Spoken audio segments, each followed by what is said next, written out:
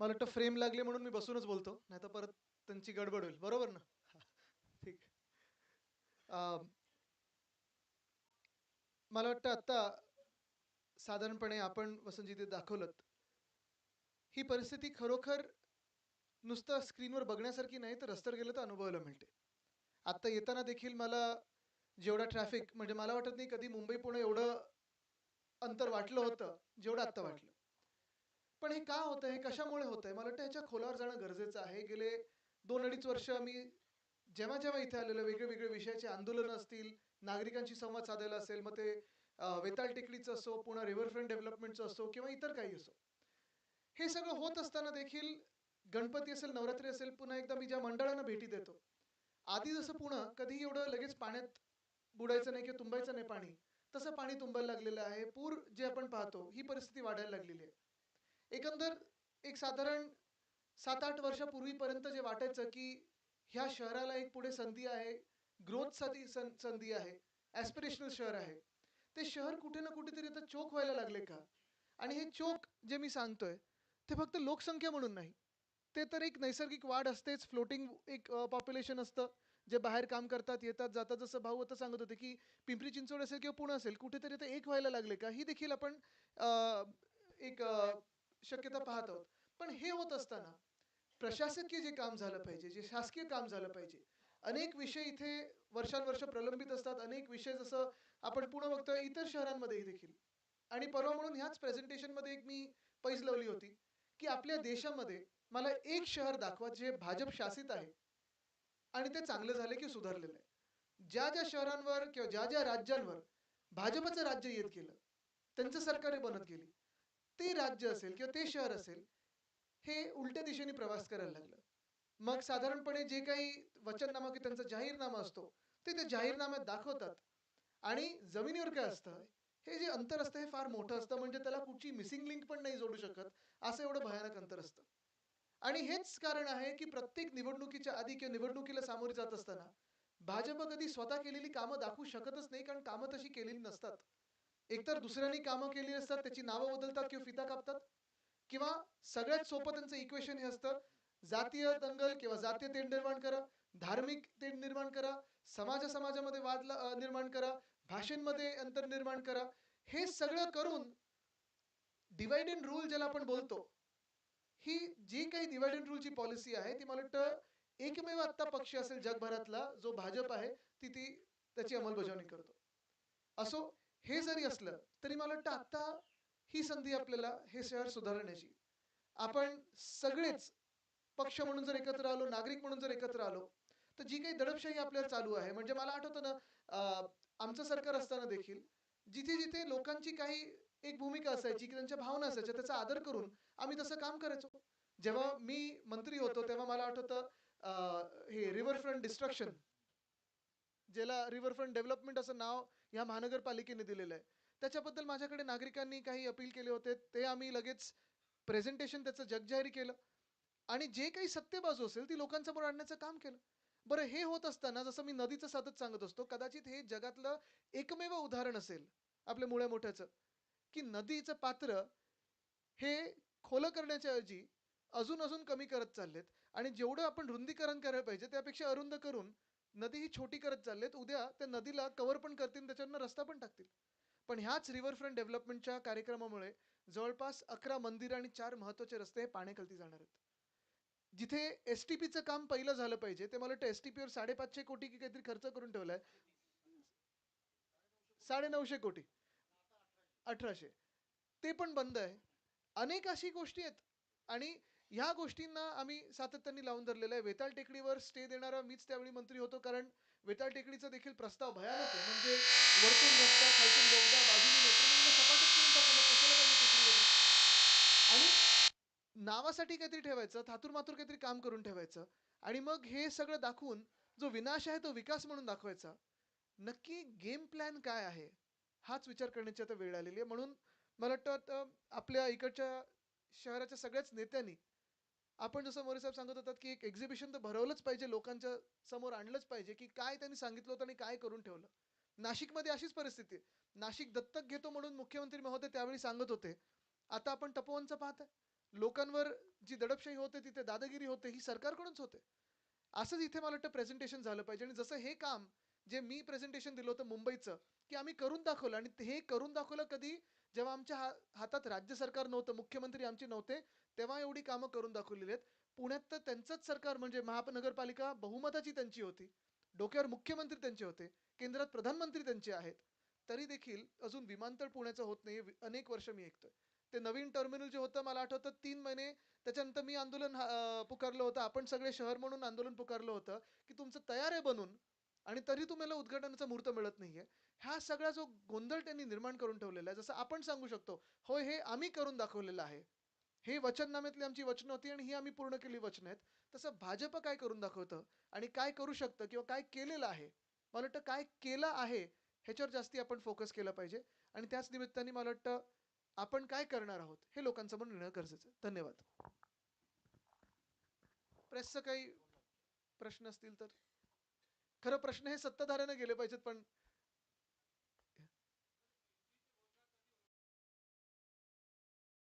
मला वाटतं हा विषय फार वेगळा आहे. हा विषय फार महत्त्वाचा आहे. जो राजकीय विषय आहे, युती असेल किंवा जी काही आघाडी बनेल किंवा कोण-कोण येणार त्याच्यात, त्याच्यात आमचे जे शहराचे इकडचे स्थानिक नेते आहेत ते योग्य वेळी घोषणा करतील. सर एकच मला आपण कुठच्या माध्यमातून तेवढं सांगा आणि मग तसं सांगा. हां. बसून विचारलं तरी चालेल.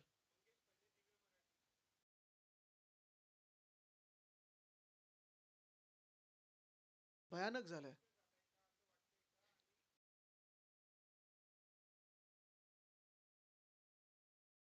निश्चितपणे कमी पडलेले आहेत.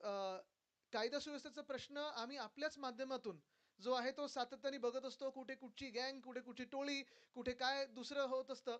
म्हणजे एवढं भयानक होत चाललेलं आहे आणि त्याला जोडून आता ड्रग्सचा नवीन विषय तर आलेलाच आहे.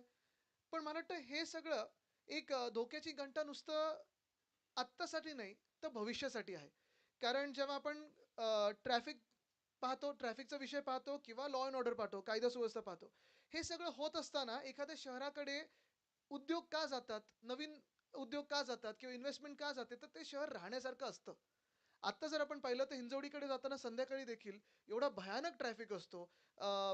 शहरातल्या शहरात जाण्यासाठी 15-20 मिनिटाचं जे अंतर आहे ते जवळपास 1.5-2 तासाचं झालेलं आहे. आणि ह्याच सोबत जेव्हा कायदा सुव्यवस्थेचे प्रश्न निर्माण होतात, तेव्हा धोक्याची घंटा ही नुसतं आपल्या शहरासाठी नाही तर राज्यासाठी आहे. राज्यात सरकार आहे की नाही आणि गृहमंत्री नेमके कोण आहेत? ह्याच्यावर प्रश्न उपस्थित होतो. सॉरी ह्यांचं एक मगाशी तुमचं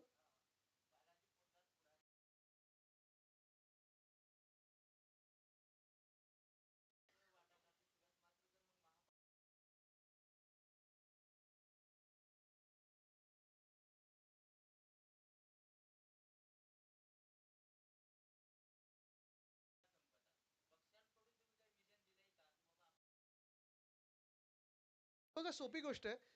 एक जर आम्हाला शहराबद्दल पडलंच नसतं, नुसतं सीट्सबद्दल पडलं असतं की सरकार कोण बनवणार, खुर्चीवर कोण बसणार एवढंच असतं तर आम्ही भाजपसोबत गेलो असतो. आम्हाला शहराबद्दल आम्हाला ऐका ना, माझं ऐका ना. कुठच्या स्तरावर आपण विचारताय? नाही मग कुठच्या स्तरावर विचारताय? केंद्रातून, राज्यातून, महापालिकेतून, नगरपंचायतीतून? नाही. एक आहे जगातल्या सर्वात मोठ्या पक्षाला आत्ता सीईओ सापडले आहेत, अध्यक्ष अजून सापडायचे आहेत. अ, आणि अजूनही इन्कमिंग त्यांचं इकडे-तिकडे म्हणजे सर्वात मोठा पक्ष असताना सर्वात जास्ती मोठे भ्रष्टाचारी घेतात त्यांच्यासोबत. पण आमचं एक धोरण आहे, आमचं एक व्हिजन आहे आणि काही-काही गोष्टी ह्या नॉन निगोशिएबल आहेत. म्हणजे जसं पर्यावरणाचा र्हास हा जो पुण्यात होत आहे, तो त्याच्यावर आम्ही कुठेही पुढे-मागे बघणारच नाही, ते होऊ देणारच नाही.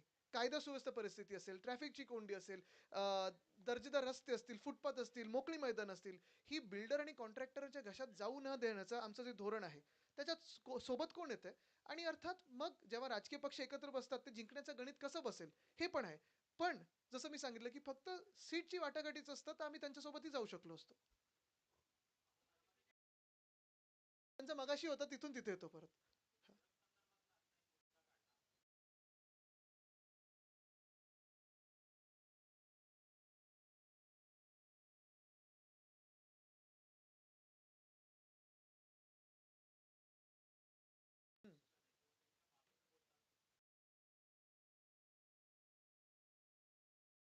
त्यांच्यापेक्षा ते आम्हाला सांगतात, ते आपल्यापेक्षा जास्ती आम्हाला सांगतात. पण एक महत्त्वाचं आहे, खासदारांनी पत्र जे दिले ते गृहमंत्र्यांनी दिलंय.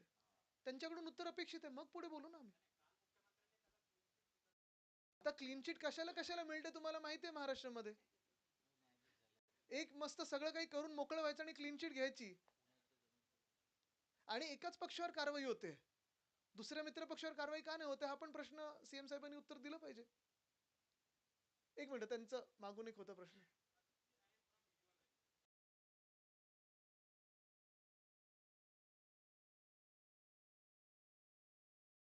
नहीं, हम प्रिंसिपल चलते हैं।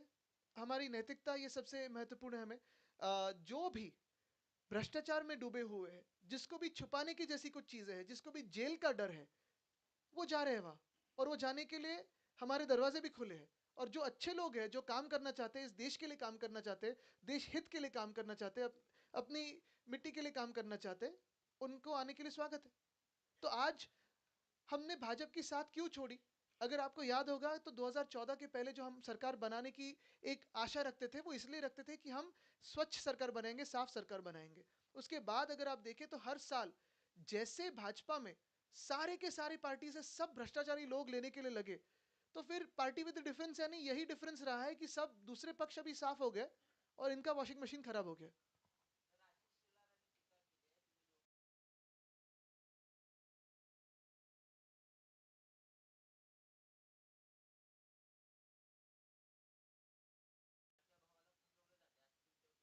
मी बघा मी त्यांच्यावर आधी पण कधीही बोललेलो नाहीये.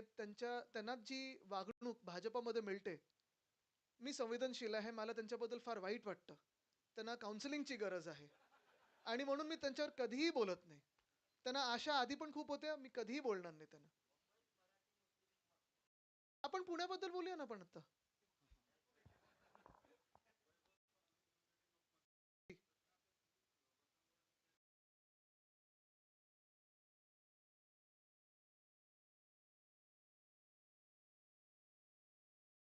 नाही मी जास्ती वेळा आलोय. 7 वेळा नाही हो. मी वर्षात 7 वेळा आलेलो असेल. जास्ती वेळा आलोय. मी कसं मोजणार? तुम्ही आत्ता मोजलं ना 7 वेळा. चला.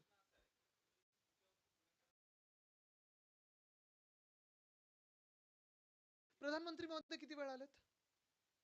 त्यांच्यावर का विश्वास ठेवला? त्यांच्यावर का विश्वास ठेवला? आणि चेहरा त्यांचाच असतो ना, की बिना त्यांच्या चेहऱ्याचं लढणार आहेत.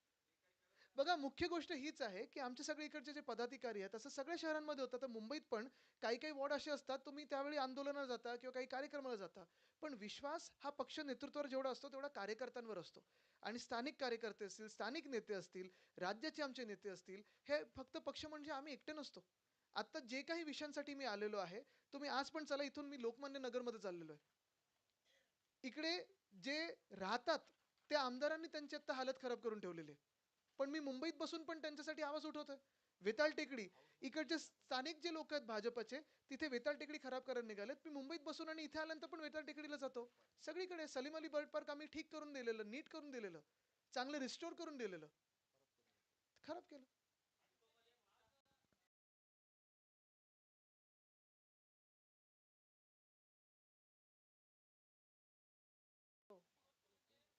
इंडिगोच्या वेळी काय बोलले?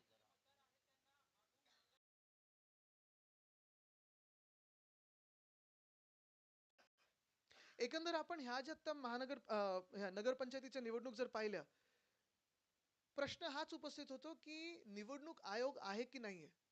कारण आपल्याला आठवत असेल जेव्हा ही सगळी ड्राफ्ट रोल महानगरपालिकेचे पण मुंबई, पुणे, ठाणे सगळीकडचं आम्ही जेव्हा त्याचं एक वाचन सुरू केलं, यादी वाचन सुरू केलं, जेवढे बोगस मतदार जसं मुंबईमध्ये विधानसभेच्या वेळी जवळपास 31% बोगस मतदार आम्हाला सापडलेत. आत्ता जेव्हा त्याचा अभ्यास करतोय. आत्ता पण आम्हाला जवळपास 14 लाख सापडलेत. पुण्यामध्ये पण तसेच आहेत. सगळीकडे आपण पाहतोय म्हणजे एका बाजूला सत्ताधारी पक्षांचे बोगस मतदार, दुसऱ्या बाजूला पैशांचा पाऊस, जे फेकनाथ मिंदे हेलिकॉप्टरमधून उतरून 2 बॅगा घेऊन उतरले. ते अर्ध्या तासाच्या प्रचारासाठी एवढ्या 2 मोठ्या बॅगा घेऊन आले का? तंबू ठोकायचा होता का त्यांना तिथे?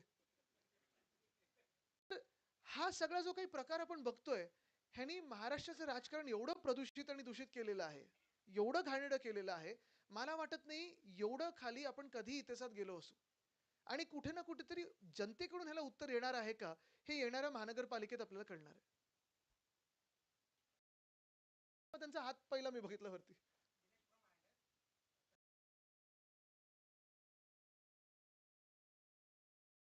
अ, गांधी जी का इतना डर क्यों लगता है सरकार को?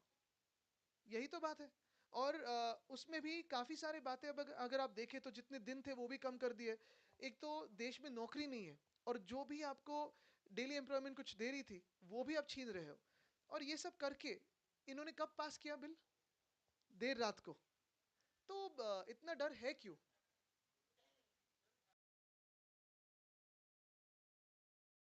29 महानगर पालिका आने वाली है।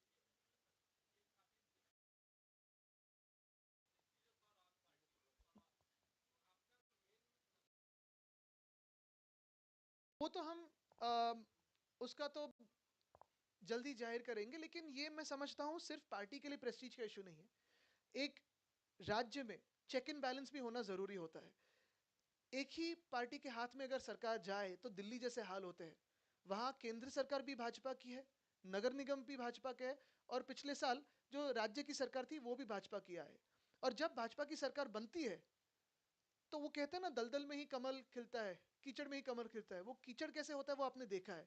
आज अगर आप दिल्ली जाए तो उसी परिसर में आजू बाजू के सारे राज्यों में भाजपा है।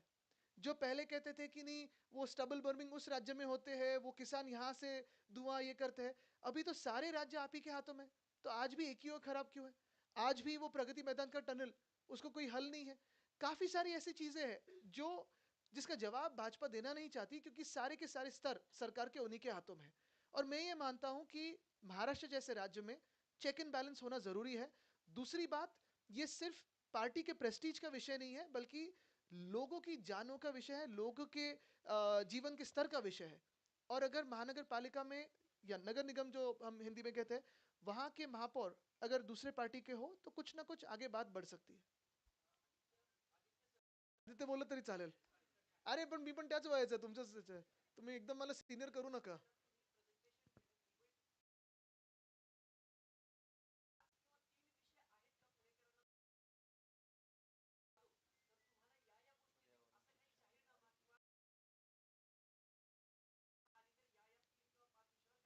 बघा, तुम्ही जाहीरनामा आता मधूनच काही विषय त्याच्यातून फोडण्याचा विषय करू नका, पेपर लीक करू नका.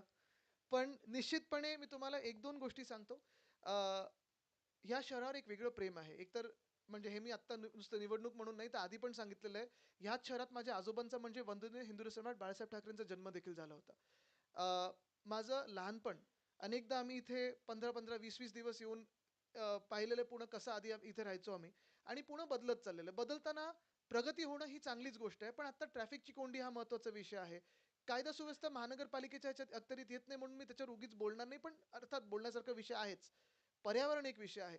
पण हे सगळे विषय घेऊन जो आमचा वचननामा येईल, तो एकाच वेळी आम्ही जाहीर करू. आत्ता कुठेही त्याच्यावर मला पेपर लीक त्याचा करायचा नाही, नाहीतर पक्षात कारवाई होईल माझ्यावर. बरोबर ना? शहर प्रमुख दोघेही माझ्यावर कारवाईचे हे सुचवतील उद्धव साहेबांना.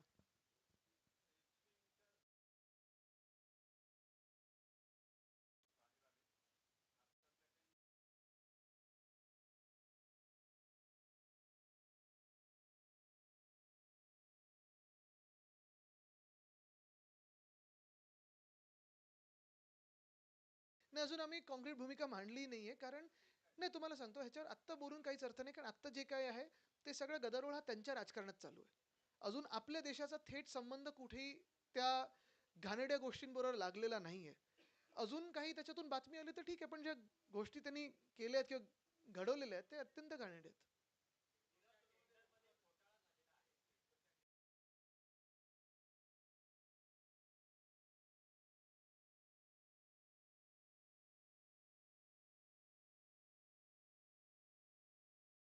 आता आपण पाहिलं असेल, सिडको असेल, म्हाडा असेल, जे काही चाललंय सगळीकडे, म्हणजे सगळ्याच शहरांमध्ये मी पहिलंच सांगितलं ना, की गेल्या 2-2.5 वर्षाचा प्रवास पहा आपण. आणि ज्या शहरांमध्ये प्रगती व्हायला पाहिजे होती, की साध्या सोप्या गोष्टी व्हायला पाहिजे होत्या. जसं मुंबईमध्ये रोड स्कॅम असेल, अटल सेतू आत्ता मी येताना पाहिलं, उद्घाटन ह्या लोकांनी केलं, वरचं टॉप लेयर ठेवताना बरोबर ह्यांचं सरकार आलं होतं आणि त्याच्यातच घोटाळा झालेला आहे. तर अनेक घोटाळे असे आहेत, म्हणजे ही जरी फाईल आत्ता असेल, तरी अनेक घोटाळे आहेत. ते आपल्या माध्यमातून येत असतात, आमच्या माध्यमातून येत असतात. पुढे क्लीन चिट पण त्यांनी तेवढ्याच तयार ठेवल्यात. आता क्लीन चिटवर नाकारायचा अधिकार हा जनतेचा आहे आणि तो ह्या महानगरपालिकेत दिसेल. शेवटचे 2 घेऊया प्रश्न, कारण पुढे लोकमान्य नगरला जायचंय.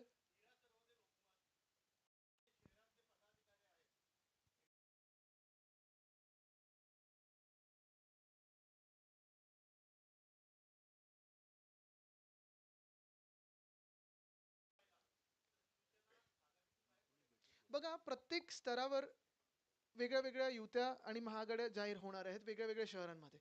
पण जेवढा घोळ, जसा मिंदे मिंदेंची टोळी आणि काँग्रेस एकत्र आली, तसा होणार नाही.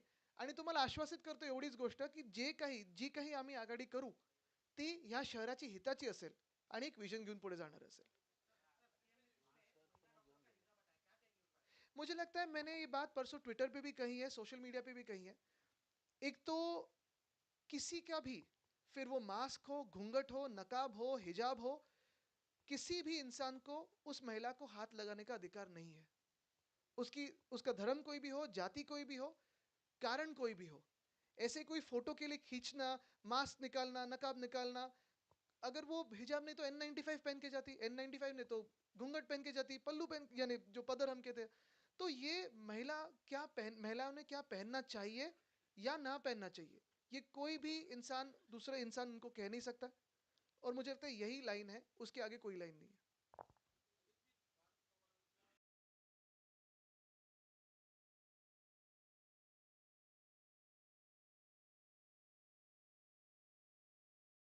अंबादास दानवेजी कुठच्या पक्षाचे आहेत? आता त्याच्यावर त्याच्यावर मुख्यमंत्र्यांनी जे बोलायला पाहिजे ते का नाही बोलत आहेत? बघा, आम्ही सातत्याने हा विषय लावून धरलेला आहे आणि हाच नाही तर अनेक विषय, जसं संजय शिरसाट त्यांचा व्हिडिओ आला होता ना, त्याच्यात तर तुम्ही पाहिलंच असेल, तुमच्याच चॅनलने दाखवलं पण होतं, की बॅगाच्या बॅगा पैशाच्या घेऊन बसलेत. आम्ही आंदोलनं करतोय, त्याच्यावर बोलतोय. आणि म्हणून मी सांगितलं ना, की आम्ही आमचं काम करत असतो. आपण पण मीडिया म्हणून ते दाखवत आहे.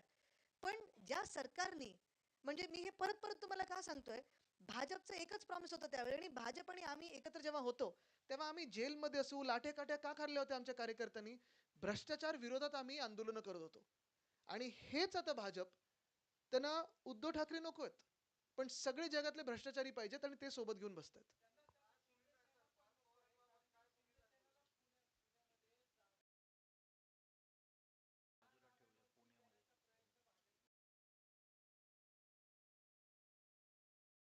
अजून थोडा वेळ थांबा, आपण पुढचं पुढचं कळत जाईल. हे तर सिर्फ ट्रेलर आहे. चलो, धन्यवाद. आता पुढे लोकमान्य नगर आणि आता आपण एक टॉस करूया तुमच्या दोघांमध्ये. ये सारी अलायंस की बातें, ये राजनीतिक बातें हैं, बातें चल रही है, जैसे ही होते सबको पता चलेगा.